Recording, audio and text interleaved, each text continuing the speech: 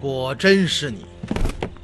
不错，在下那位辅政五品牵牛背身许世德。你就是这件事情的元凶首恶。徐大人，没想到会落在我的手中吧？是的，真想不到会功亏一篑。你怎么知道我要到这儿来？因为最后的一本《蓝山记》就在这儿。你是怎么知道的？你忽略了一个关键人物。谁？李龟在出事之前把书交给了谁？刘传林。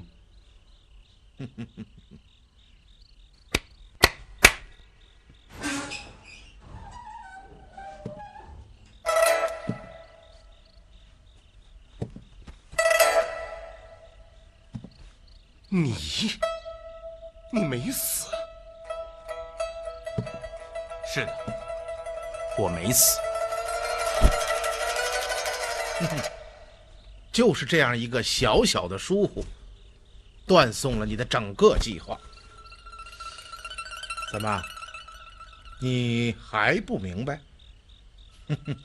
那我们就从头说起吧。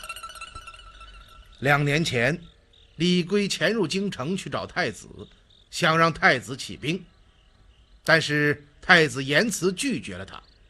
他一怒之下离开了太子宫，恰恰被你率领的内卫发现，你就上报了皇帝，皇帝命令你严加监视，于是你便跟踪李龟到了湖州刘家庄。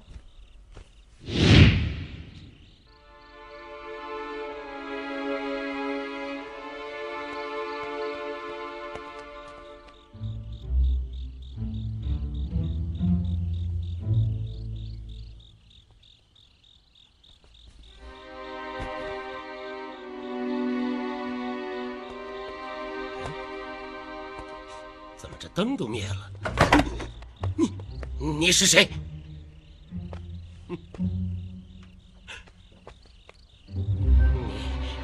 你是哪位？刘查理贪生怕死，供出了李龟和吴孝杰的关系，以及越王藏留宝藏之事。从那一刻起，你便起了贪心，于是一个嫁祸太子、攫取宝藏的阴谋诞生了。你先是逼着刘查理交出了他自己手中的那本《蓝山记》，而后你又命令他引诱李龟交书。不想李龟却没有中计，无奈之下，你只得下令扣押李龟。但是你们的密谋被公子刘传林听到了。殿下，殿下，殿下，大事不好了！我爹投靠了朝廷的内卫，庄子已经被他们团团围住，马上就要来抓你了。什么？传林，有件事情我要交给你。殿下，你说吧。哎呀，传林，这件东西关乎礼堂国运，你一定要收好。你们扣押了李龟，搜遍了整个的房子，也没有找到那本《蓝山记》。于是你又命令刘查理严刑拷问李龟，而你呢，则回京向皇帝密报。陛下，臣手下的内卫亲眼看到越王逆子李龟走出了太子宫，而后赶奔湖州而去。因此，据臣判断，太子与越王救逆一定有着极大的关联。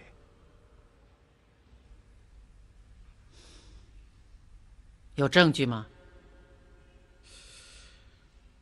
如果要得到真凭实据，恐怕就要详加查查。你需要什么？首先，臣要能够卧底在太子身边；其次，要内卫全部监控湖州县。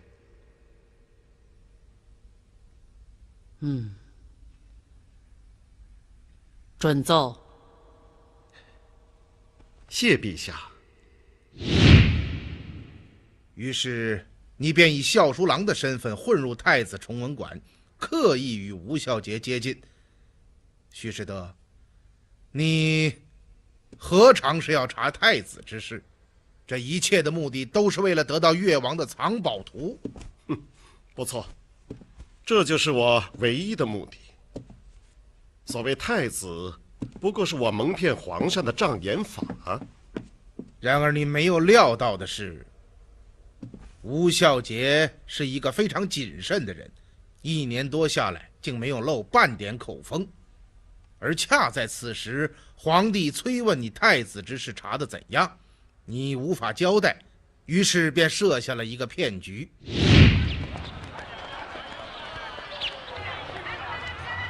没错，就是这个。盯紧，别让他跑。走。殿下，你这是干什么？这几天我发现情形有些不对。什么意思？似乎有人盯上我了。哦，是那位吗？也许吧。所以我想把这本《蓝山记》暂时寄存在太子这里。不可不可，小杰，你听我一言，立刻将此书焚毁，免生后患，也断了李龟的念头。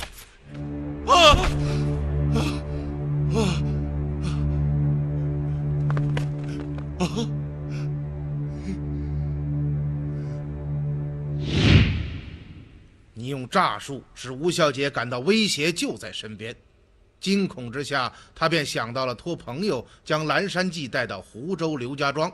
由于白天怕被人跟踪，他便与那位朋友约到深夜，在长安城中的西江池见面。然而等待他的却是你的手下刘大。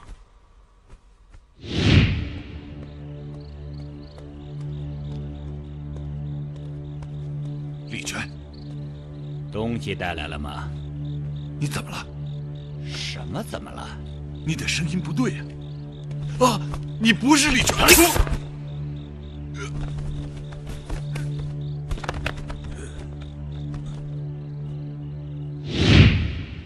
然而你最了解吴孝杰的为人，你知道他绝对不会带真书去见李全，于是你让刘大只是刺伤了吴孝杰。果然如你所料，吴孝杰重伤之下爬回了崇文馆，临终前将那本藏有宝图的《蓝山记》托付给你，让你送到湖州刘家庄。什么事？在这个书库的南墙下有个暗格，里面有本书，叫《蓝山记》。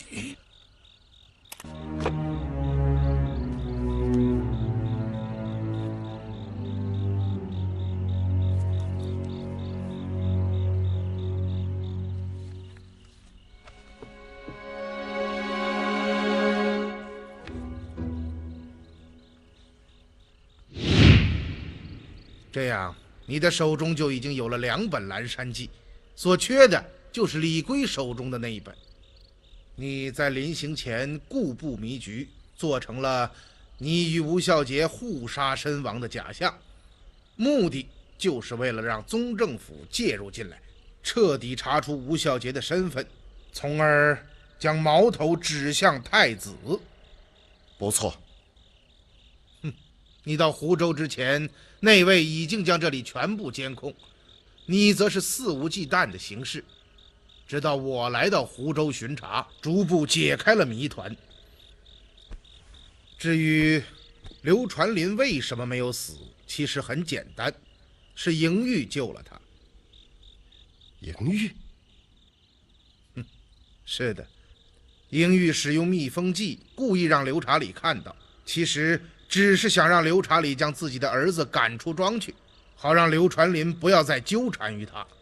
可是没有想到，刘查理生性阴质歹毒，竟起了杀人之心。传林，明天一早，你陪为父去登翠屏山吧。好。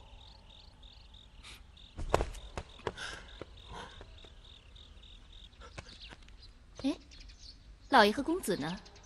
怎么没有看到他们？啊，一早就出庄了。出庄了？做什么去了？听家人说，老爷让公子啊陪他去爬翠屏山。爬翠屏山？爬翠屏山。英玉察觉到刘查理要对公子下毒手，于是他命卫士们尾随而去。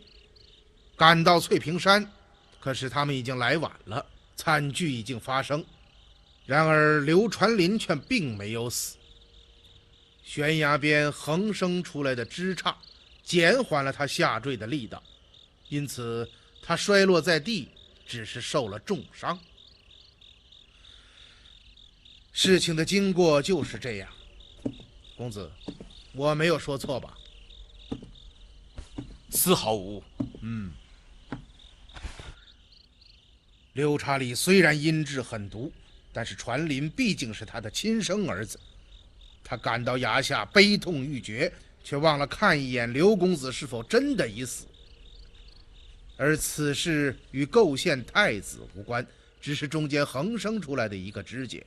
因此刘大并不知情，他看到传林血肉模糊，二人便都以为公子已死，于是便招人将尸体抬回庄内，用棺椁成殓起来，放在了灵堂之上。于是便有了灵堂第一次闹鬼。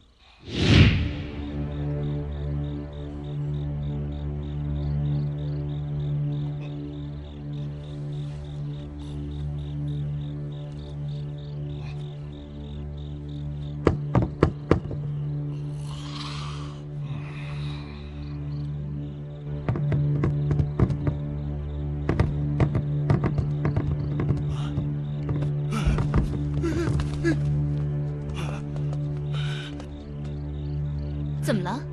夫人，棺材里有声音了。什么？当时莹玉觉得非常奇怪，出于对刘传林的愧意，他深夜率人来到灵堂，用药迷翻了守灵人，打开棺盖，发现刘传林竟然还有呼吸，而且双手在昏迷中不停地摆动，这也就是棺椁之中发出声响的原因。于是英玉便将传林偷偷救了出来，换上了另外一具尸体。第二天，曾泰便得到了捕快的堂报，说县衙停尸间发生了盗尸案。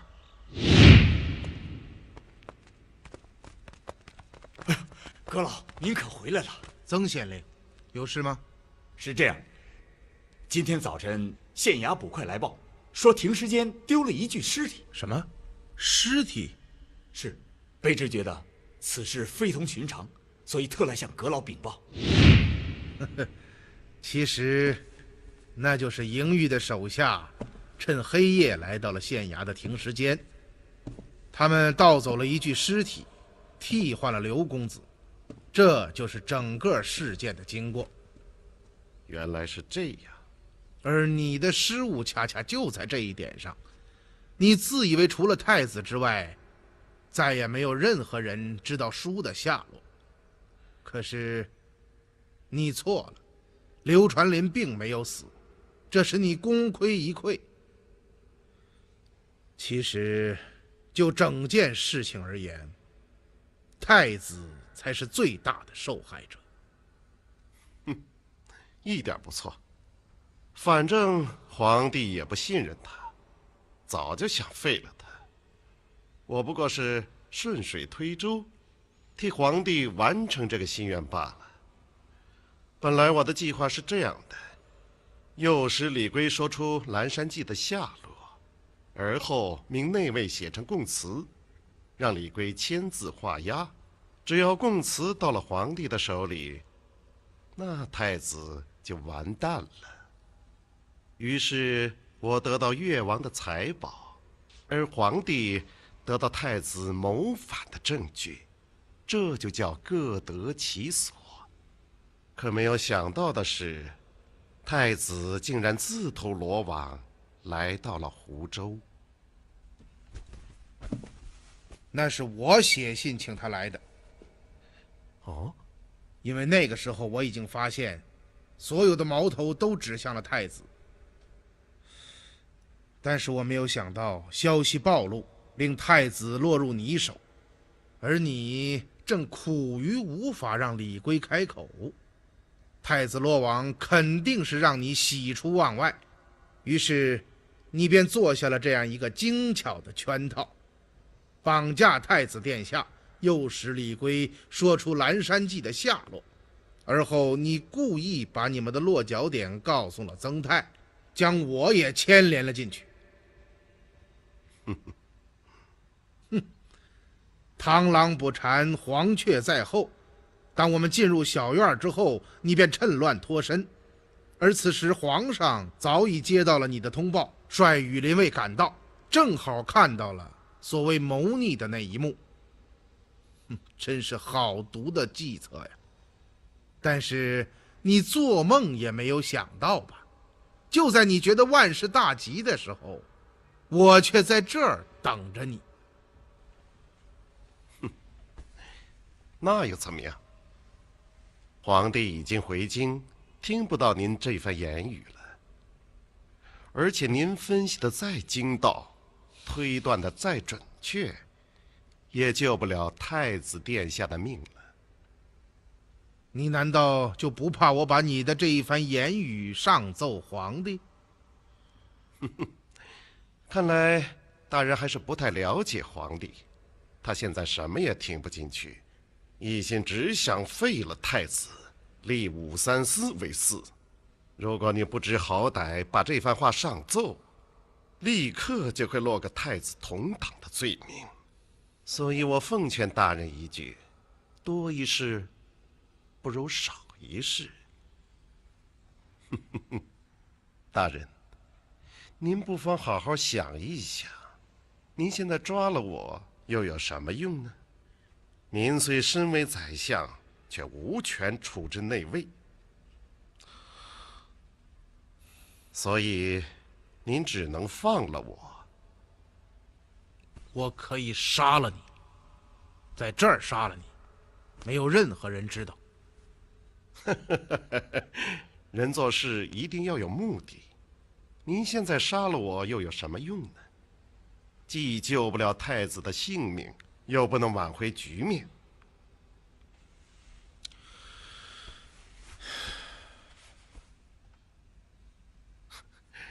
卑职有个好的提议。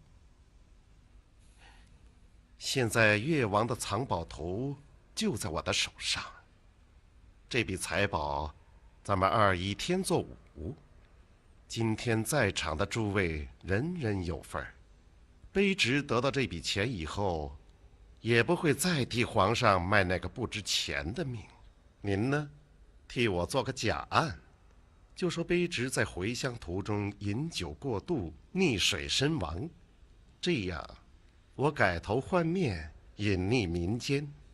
您还做您的宰相，我做我的富翁，从此再不见面。真是个好计策。包围防线，建成准备。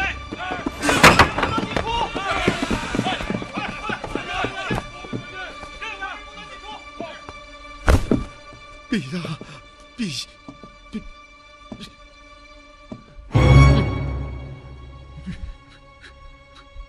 许士德，说得好，说得好啊！若不是狄怀英力请我留下来看一出好戏，我怎能知道内卫中竟有你这样的败类？你为保私囊，巧言令色，构陷太子，拿着朕对你的信任当作阴谋的筹码。像你这样的人，我应该怎么赏赐啊？啊！陛下，陛下，为这一念之差，铸臣大错，求陛下饶命啊！陛下，饶命！将这条狗拖到庄外，五马分尸，尸体扔进山中喂狼。是。陛下饶命！饶命，陛下！